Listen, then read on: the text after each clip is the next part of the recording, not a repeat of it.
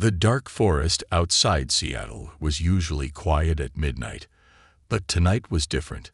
A bright purple light flashed across the sky, followed by the sound of breaking trees. Something had crashed into the woods. Two teenage girls climbed out of a damaged spaceship that looked like a silver egg. They weren't human girls. Their skin had a slight purple glow, and their hair moved like it was underwater. Their names were Lyra and Nova, and they were very far from home. I can't believe they actually did this to us. Lyra, the older one, kicked a tree in anger. She was wearing what looked like a silver jumpsuit, now torn from the crash. It was just a joke. Nova, her younger sister, tried to work on a small device that looked like a glowing phone. Nothing works right in this planet's atmosphere. We're stuck here, just like they wanted. She looked around at the earth trees with worry in her glowing purple eyes. 3 hours earlier, on their home planet Celestia, they had stood before the Council of Elders. The giant hall with its floating chairs and hologram screens now felt like a bad dream. "You two have gone too far this time," the head elder had said, looking down at them with disappointment.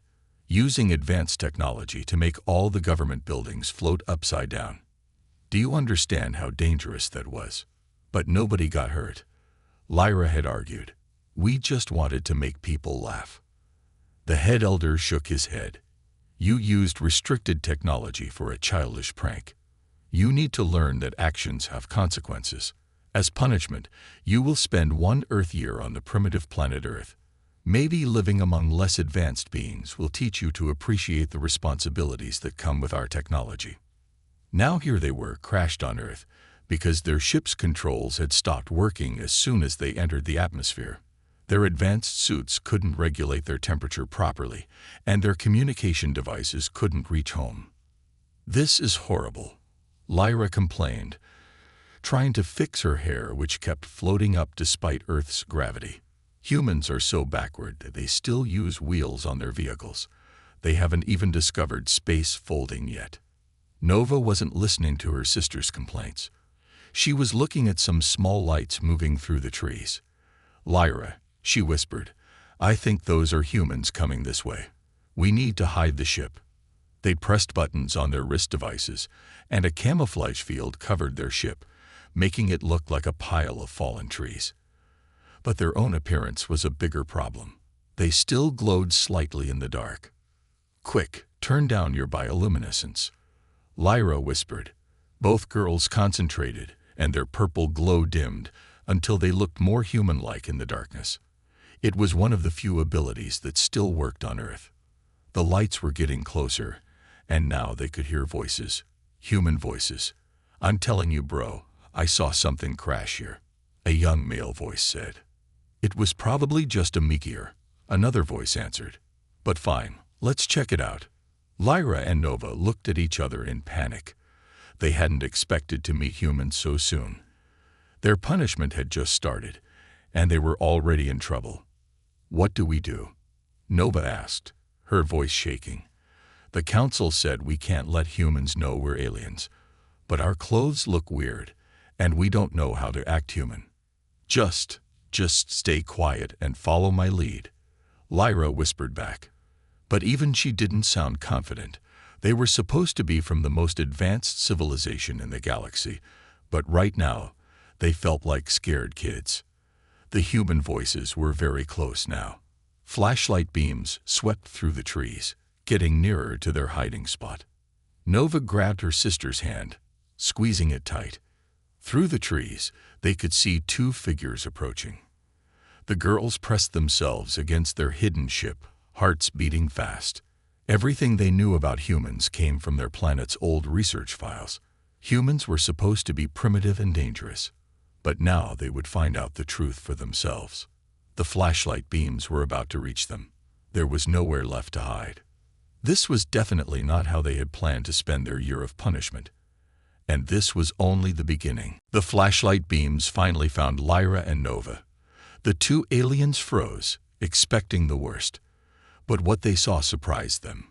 2 human brothers who looked just as startled as they were. "Whoa," said the older brother, Jake. He was tall with messy brown hair and kind eyes. "Are you two okay? Those are some wild costumes." The younger brother, Max, couldn't stop staring at their slightly glowing hair. "Dude, how are you doing that with your hair? Is it fiber optic or something?" Lyra's mind raced. Their research showed that humans often had something called cosplay, where they dressed up as fictional characters. "Yes, we are doing cosplay. We got lost on our way to a convention." Nova tried to nod naturally, but her head movements were too stiff. On their planet, people bowed slightly instead of nodding. "Very lost. So very much lost we are." Jake raised an eyebrow at their strange way of talking. "You're not from around here, are you?" "We are from Sweden," Lyra said quickly, remembering a random Earth country from their studies. "We are exchange students." Max's eyes lit up. "Cool. But why are you in the middle of the forest at midnight?" Before they could answer, Nova's wrist device made a loud beeping sound. A holographic warning sign popped up, showing their atmospheric suits were failing. Their hair started floating up again, and their skin began to glow brighter. "Oh no," Lyra whispered in their native language, which sounded like singing wind chimes. "The suits are losing power." The brothers' jaws dropped. Jake stepped forward instead of backing away in fear. You're not wearing costumes, are you?" Nova looked at her sister in panic. "The truth protocol activates in 5 minutes, Lyra. We won't be able to lie after that." Their civilization had built-in protocols that prevented them from lying for more than a few minutes. It was considered highly immoral. Lyra made a quick decision. "No, we're not wearing costumes. We're not from this planet. Please don't call your government. We were sent here as punishment, but we're not dangerous." To their surprise, Max started laughing with excitement. "This is awesome. Real aliens. And you look like humans instead of scary monsters." "Max." Jake scolded, but he was smiling too. "They're probably terrified." "Hey, look, we have a cabin nearby. You can hide there until you figure things out. Nobody ever goes there except us." Nova whispered to Lyra. "Our files say humans are supposed to be primitive and violent. Why are they helping us?" "Because your files are wrong," Jake said, surprising them. "We can hear you whispering, you know. And we're not primitive. We're just different. Now come on, you need to get out of sight." Suddenly, they heard the sound of helicopters in the distance. The girl's eyes widened in fear. "Those are government choppers," Max said. "They must have tracked whatever you came in." "Our ship," Nova gasped. "The camouflage will fail when our suits fail." Jake grabbed Lyra's hand without hesitation. "Then we better run. Max, show them the secret path. I'll grab some supplies from the truck." As they ran through the dark forest, Lyra felt strange. Jake's hand was warm, and for some reason, her heart was beating faster than it should. On their planet, touching others was rare. But this felt nice. Nova noticed something too. The forest around them was beautiful in a wild way their perfect engineered planet never was.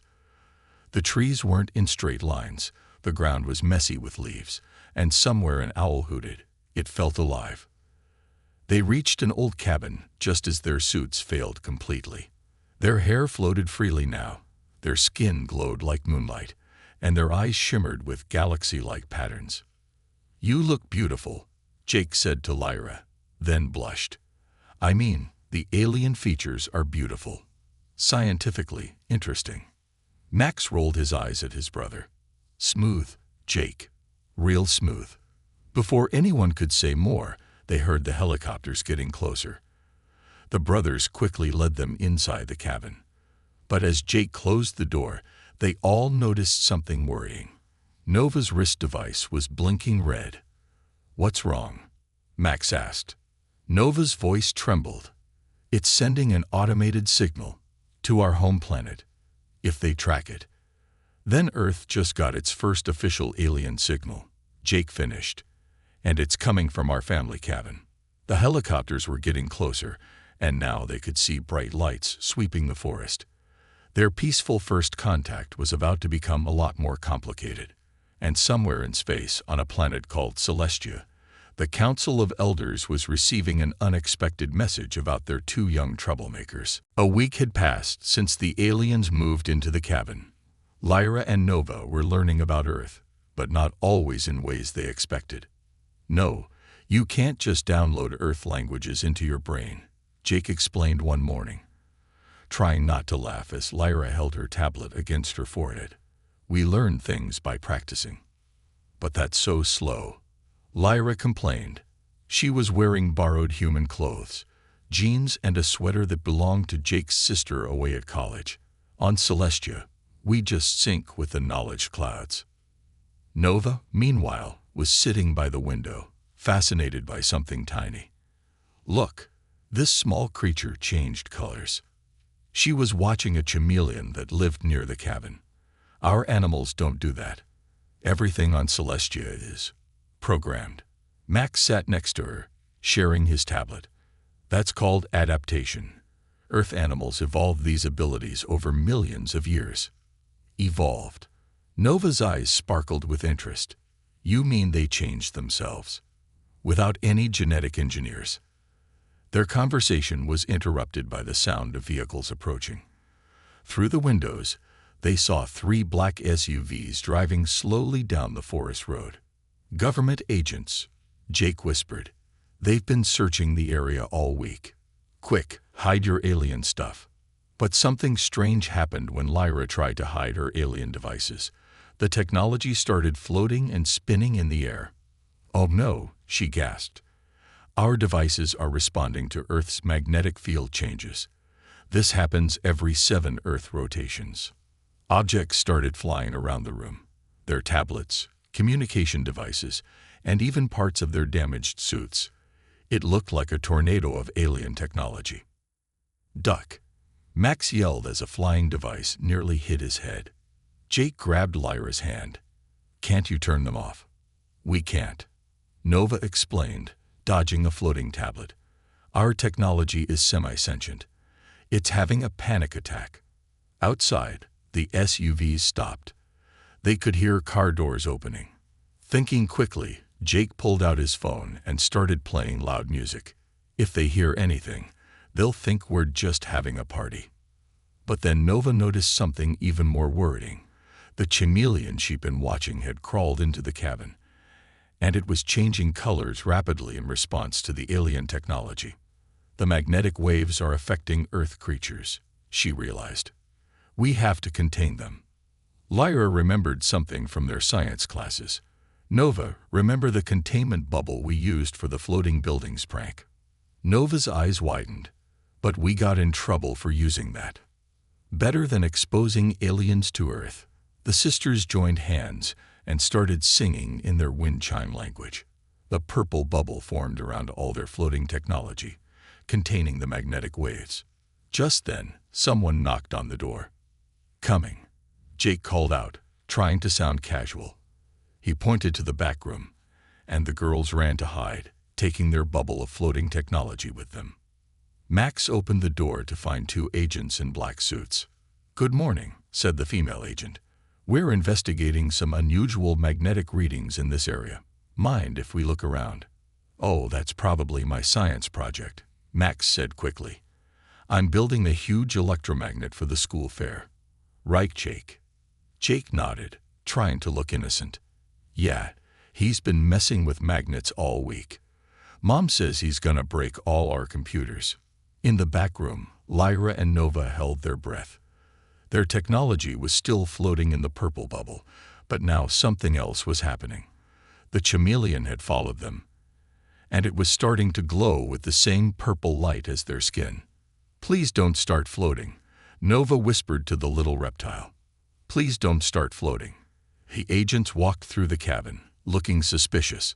The female agent held up a strange device that was beeping rapidly.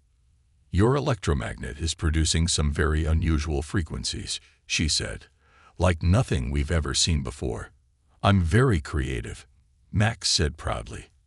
"I might win first prize." Just then, they heard a strange sound from the back room, like wind chimes mixed with purring. The chameleon had started singing in the alien's language. Jake coughed loudly to cover the sound. "Wow, my allergies are bad today."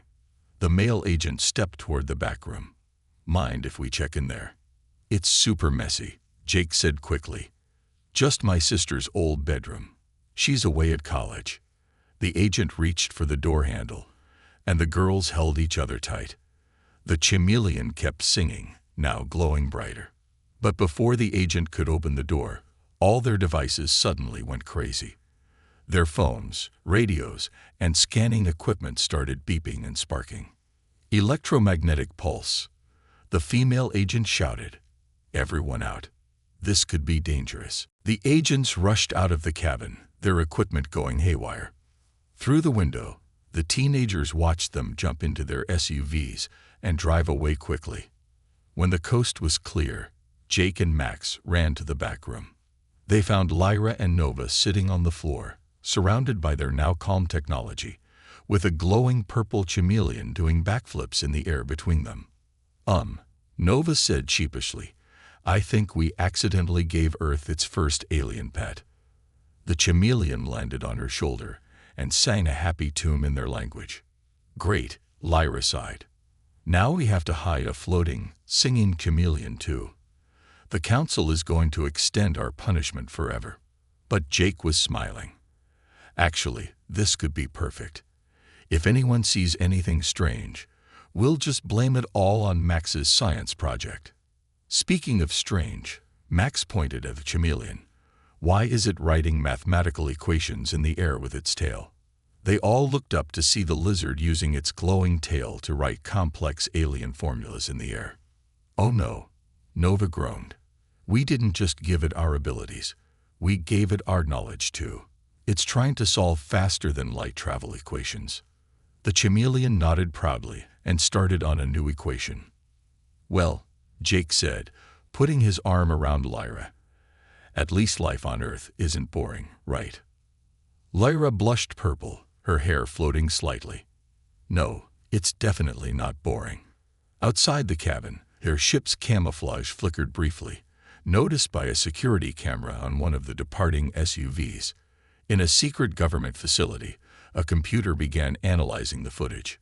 Their hidden truth might not stay hidden much longer.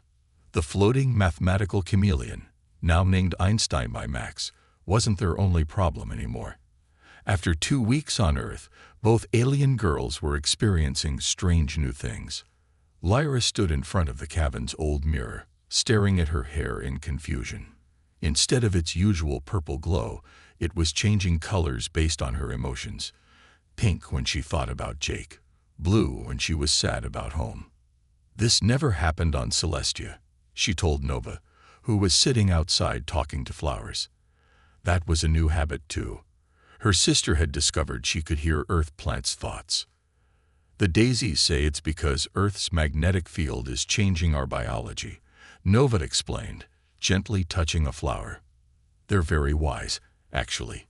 They've been watching humans for centuries." Suddenly, Einstein the chameleon floated in through the window, carrying a small device in its tail. The device was beeping urgently. "Message from home." Nova jumped up. Their parents' hologram appeared, looking worried. "Girls, the council is sending an inspector," their mother's hologram said. "They detected the changes in your biology. They think Earth is contaminating you." Their father's image added, "They're giving you a chance to come home early. The inspector arrives in 3 days." After the message ended, Lyra sat down heavily on the couch. Her hair turned deep blue. "Leave Earth." But Jake?" Nova teased, then became serious. "I don't want to leave either. Earth is so alive. Did you know trees talk to each other through their roots? Our engineered plants at home never talk." Einstein nodded in agreement, writing a complex equation that proved Earth plants were more advanced than Celestia's. Just then, Jake and Max burst through the door, looking excited. "We found something in the woods," Max announced. "It looks like... well, you should see for yourself." They followed the brothers to a small clearing. There, glowing in the afternoon light, was a patch of flowers unlike anything on Earth. They looked like roses, but floated above the ground and chimed softly. "They're Celestian flowers." Lyra gasped. "But how?" Nova knelt beside them, listening. "They say they grew from particles that fell from our ship when we crashed. Earth's soil changed them too. They're a hybrid." Jake watched Lyra's hair turn pink again when their eyes met. "You're changing too, aren't you? That's why you can't control your hair color anymore." Lyra nodded. "Earth is changing us. That's why they're sending an inspector. They think we're being corrupted." "More like improved," Max said, pointing at Nova, who was now floating cross-legged while talking to a very interested squirrel. "You guys can do way more cool stuff now." Einstein flew excited loops around them, writing a new equation. Earth plus Celestia equals better. But their moment was interrupted by a familiar sound, helicopter blades. This time, though, something was different. The plants were warning Nova.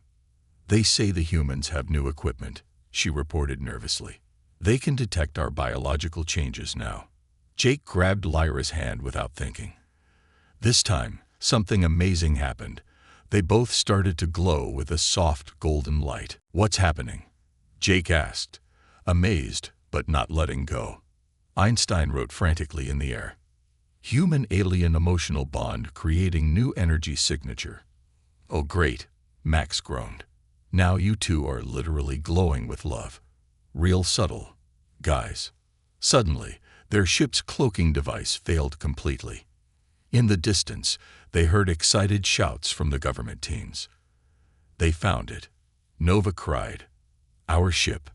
But Lyra was staring at her hand, still glowing where it held Jake's. "I don't care. I don't want to leave. The inspector comes in 3 days," Nova reminded her. "If we don't go willingly." Einstein suddenly perked up, writing a new equation so fast his tail left light trails in the air. The chameleon had an idea. "What's it saying?" Max asked, squinting at the complex alien math. Nova read it and gasped. Einstein found a way to merge Celestian and Earth biology permanently. It would make these changes permanent. We'd be part Earth, part Celestia forever. "But that would break at least 50 council laws," Lyra said, then smiled. "Of course, we're already good at breaking laws." The helicopters were getting closer. In the distance, cars and trucks were heading toward their ship. "Whatever you're going to do," Jake said, squeezing Lyra's hand, "do it fast." Nova looked at the hybrid flowers, then at Einstein, then at her sister glowing with human love. She made a decision. "Okay, Einstein," she said, "show us how to break some laws." The chameleon did a happy flip and started writing instructions in the air, while in the distance, their original punishment was about to collide with their new reality. The next 3 days would change everything, not just for them, but for both their worlds. Time was running out. In the old cabin, Einstein the chameleon floated upside down, writing equations across the ceiling while Nova mixed strange glowing liquids in mason jars. The hybrid flowers they'd brought inside were chiming a warning song. "The government teams are getting closer," Lyra said, her hair shifting between worried purple and determined red. "They've almost reached our ship." Jake paced the room. "How's that biological merger thing coming?" "Einstein's equations are perfect," Nova replied, adding a drop of something that looked like liquid starlight to a jar. "But we need one more ingredient, human DNA freely given." Max raised his hand. "Take mine. I want cool glowing hair too." "It has to be from a strong emotional bond," Nova explained, while Einstein nodded vigorously. The chameleon had drawn little hearts around its equations. Everyone looked at Jake and Lyra. "So, you need my DNA?" Jake asked, his cheeks turning red. Lyra's hair turned bright pink, just a small sample. Like, maybe, a kiss. Before Jake could respond, they heard cars pulling up outside. Through the windows, they saw black SUVs surrounding the cabin. "Multiple vehicles approaching," Einstein wrote in glowing letters. probability of escape decreasing rapidly. Then something even more alarming happened. A bright beam of light shot down from the sky, forming a hologram in the middle of the room. It was the council inspector. "Children of Celestia," the stern hologram said, "your extraction team arrives in 1 hour. Your punishment is ended early due to Earth contamination. Prepare for return." Nova hugged her collection of Earth plants. "We can't leave. I just learned that mushrooms control the entire forest through an underground network. There's so much more to study." The inspector's hologram frowned. "Earth is affecting your logic. These primitive life forms are not worth." "Primitive," Max interrupted. "Einstein, show them your new theorem." The chameleon happily displayed a complex equation that proved Earth's ecosystem was more advanced than Celestia's engineered environment. The inspector's hologram flickered in shock. Outside, agents were taking positions around the cabin. "This is the government task force," they voice boomed through a megaphone. "We know you're harboring extraterrestrial entities. Come out with your hands up." "Oh great," Lyra groaned. "Now we have problems from both planets." But something unexpected was happening. The hybrid flowers started floating around the room, their chimes getting louder. Einstein's equations began to glow brighter. Even the trees outside were responding, their branches moving without wind.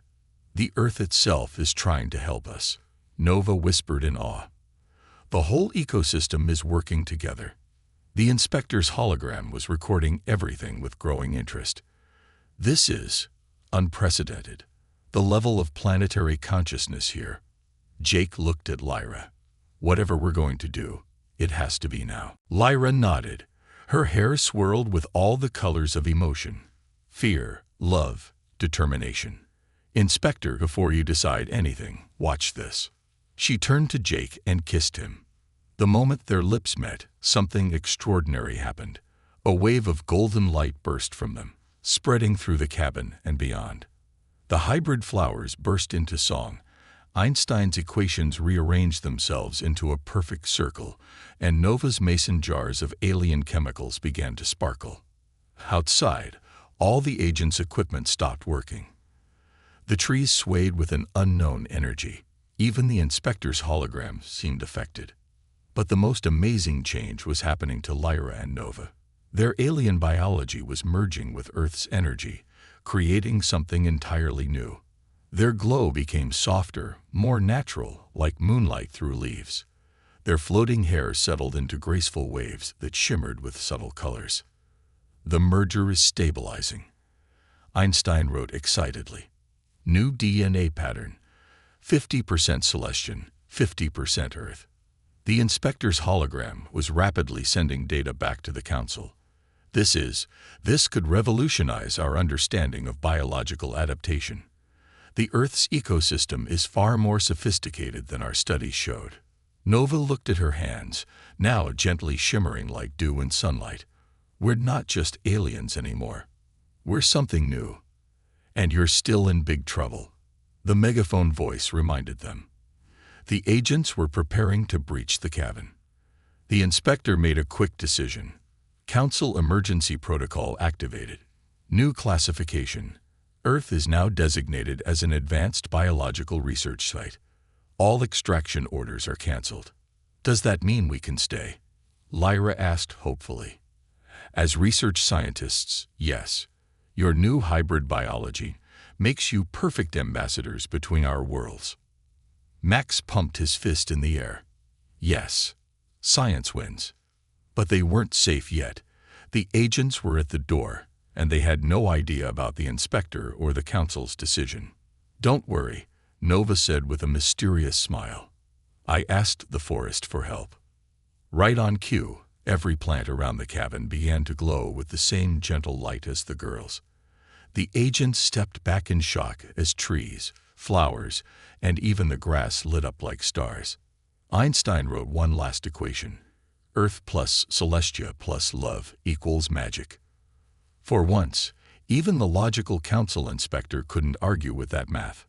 But as the agents regrouped and the inspector called the council for backup, Everyone in the cabin knew this was just the beginning of their story. The real question was, what would happen when two worlds had to learn to work together? And somewhere in the forest, more hybrid flowers were beginning to bloom. The glowing forest had created a standoff. Government agents stood frozen, staring at trees that pulsed with alien light. Inside the cabin, two hybrid alien-human girls, their brothers, and a mathematical chameleon waited while a holographic inspector argued with the council. The situation has evolved beyond a simple punishment case, the inspector was saying to the council's hologram. Earth's biological network is more advanced than our entire engineered ecosystem. Einstein floated up, proudly displaying equations that showed how Earth's plants had helped create a perfect hybrid species. The chameleon had even started wearing tiny glasses it had made from floating liquid crystal. Suddenly, Nova gasped. She could hear something through her connection to Earth's plants. The mushroom network is spreading the news. Other forests around the world are lighting up. She wasn't wrong. On news channels across the globe, reporters were showing footage of forests beginning to glow with alien light. The hybrid flower's energy was spreading through Earth's natural networks. Well, Max said, I guess the whole keeping aliens a secret thing isn't going to work anymore. Outside, the agent in charge made a decision. This is Agent Sarah Chen. She spoke into her radio, requesting permission to attempt peaceful contact. The situation has evolved beyond our protocols. But before anyone could respond, something incredible happened. Einstein's equations started swirling around the room, forming a three-dimensional model of DNA, both human and celestian. The chameleon had made a discovery. According to Einstein, Nova translated, adjusting her own newly formed glasses, a side effect of the merger was slightly changed vision. Earth humans already have traces of celestian DNA. Ancient traces. The inspector's hologram flickered in shock. That's impossible. Unless we weren't the first visitors, Lyra finished, her hair swirling with colors of revelation. Those ancient astronaut theories weren't wrong. Jake looked at the DNA model. So humans are already part alien. That's why the merger worked so well. More than that, Nova said, listening to the plants. The trees say they've been preparing Earth for this moment for thousands of years. They knew we'd need to merge someday. Agent Chen had been listening through the door. She slowly lowered her weapon and spoke into her radio again. Command, you need to see this. The aliens, they're saying we're related. Einstein got so excited, he started writing equations in multiple languages: alien, mathematical, and binary code. The chameleon had figured out how to translate between all forms of communication. Then something unexpected happened. The hybrid flowers started growing rapidly, breaking through the cabin's floorboards. But instead of destroying things, they formed a beautiful spiral staircase made of glowing petals. They're making a meeting space, Nova explained, hearing the flower's intention. A place where both worlds can come together. Lyra's hair turned the color of hope, a soft golden green. Maybe that's why we were really sent here. Not as punishment, but because both our worlds needed to remember we're connected. The Council's hologram had been processing all this information. Finally, they spoke. This changes everything. Earth isn't a primitive planet to study or avoid. It's our long-lost colony. Agent Chen made a decision. She holstered her weapon and opened the cabin door. I think it's time we all talked. What followed was the strangest first contact meeting in history. Government agents sat on glowing flower chairs while alien holograms hovered above them. Einstein drew helpful diagrams in the air, explaining complex theories while wearing his tiny glasses. The hybrid flowers provided translation services, chiming in different tones that everyone somehow understood. But the most amazing thing was watching how the two sisters had changed. Lyra and Nova weren't just aliens or humans anymore. They were bridges between worlds. Their hair floated gently, their skin glowed softly, and they could speak to both the Earth's network and celestian technology. There's something else, Nova said, touching a tree trunk. The Earth's network. It's been holding on to memories. Memories of the first Celestians who came here. The tree began projecting images like a natural screen. Ancient visitors teaching early humans about the stars, helping them build mysterious monuments, and leaving clues in our DNA. So all those ancient mysteries, Jake started, were signs pointing to this moment. Lyra finished, her hair swirling with the colors of ancient memories. Einstein wrote a final equation. Past plus present equals future's hope. But as everyone marveled at these revelations, a new light appeared in the sky. More Celestian ships were arriving, not to punish or retrieve, but to reunite with long-lost cousins. The real question was, were both worlds ready for this reunion? And somewhere in the forest, Einstein had started teaching a group of squirrels advanced mathematics. The changes were just beginning. 1 year later, the old cabin in the woods had become something extraordinary. Hybrid flowers grew up its walls, forming living rooms that shifted and changed. Einstein had turned the attic into a floating university where animals from all over the forest came to learn advanced science. Lyra stood in front of a mirror, adjusting her wedding dress, a living gown made of luminous hybrid flowers that changed colors with her emotions. Her hair danced with shades of joy and nervous excitement. "Stop worrying," Nova said, walking through a door that had grown from twisted branches. "Everything's perfect, even if the squirrels keep trying to solve quantum physics equations during the ceremony." Einstein floated by, wearing a tiny bounty.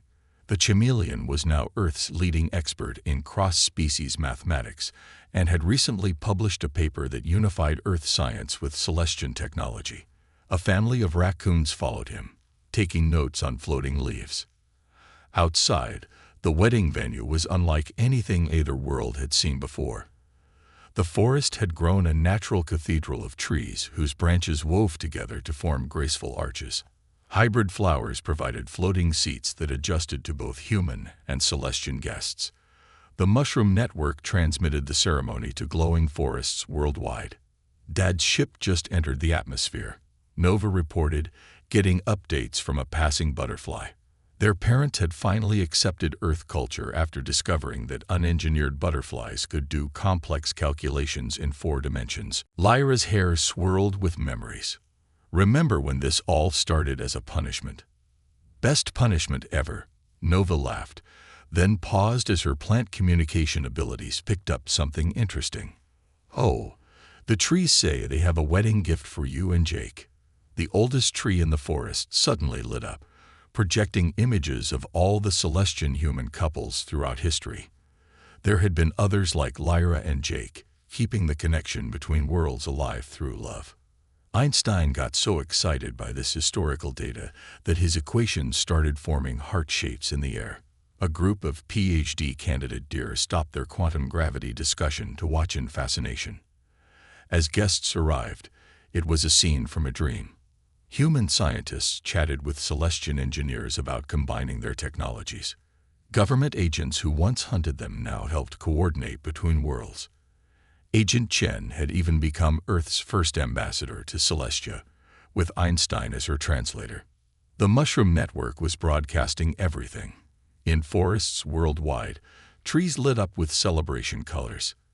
Even on Celestia, their engineered plants had started showing signs of Earth-like consciousness, reaching for a wildness they had forgotten.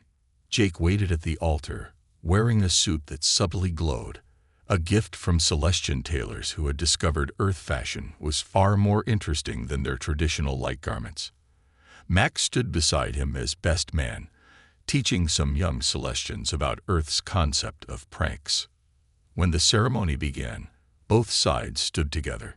Humans and aliens, animals and plants, all connected by the great biological network they now shared. Einstein floated above as the officiant, wearing both tiny glasses and tiny judge's robes. Nova took her place beside her sister, her hair dancing with happiness.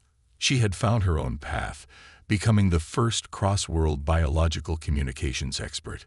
The Earth spoke to her in ways even Celestians had never imagined, and she spoke back with love. As Lyra walked down the aisle of living flowers, something magical happened.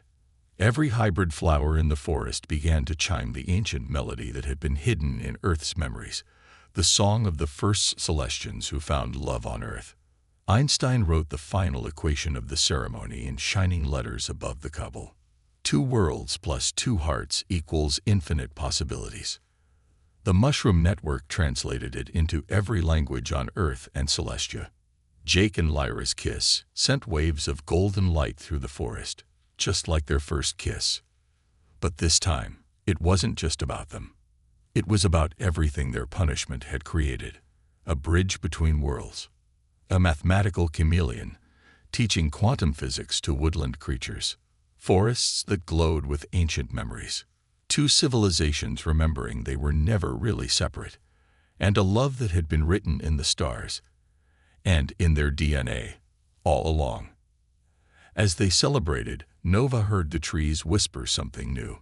More hybrid flowers were blooming worldwide, and somewhere, another Celestian ship was entering the atmosphere, carrying more young troublemakers sent to Earth as punishment.